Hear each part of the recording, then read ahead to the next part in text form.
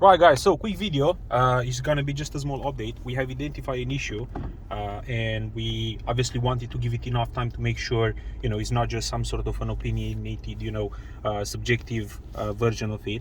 So what happens is that when you are shifting gears, yeah, the stick feels very, very stiff. Like when cycling through gears, you can kind of feel it, like it's holding it back in this position. Obviously you might not be able to see it in the video for obvious reasons, but man, it does feel like that. And we tried this pretty much not driving, while driving, with all of the gears.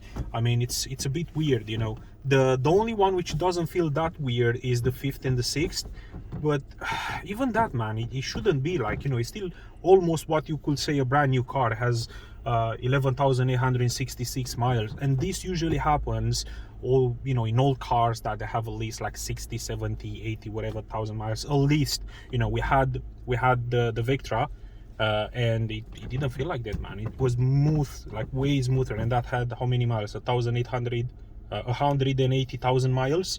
So yeah, definitely Ford fixed this. And obviously if you guys are having the same issues or not, please do let us know. Don't forget to like, subscribe, share the video and all that. Bye now.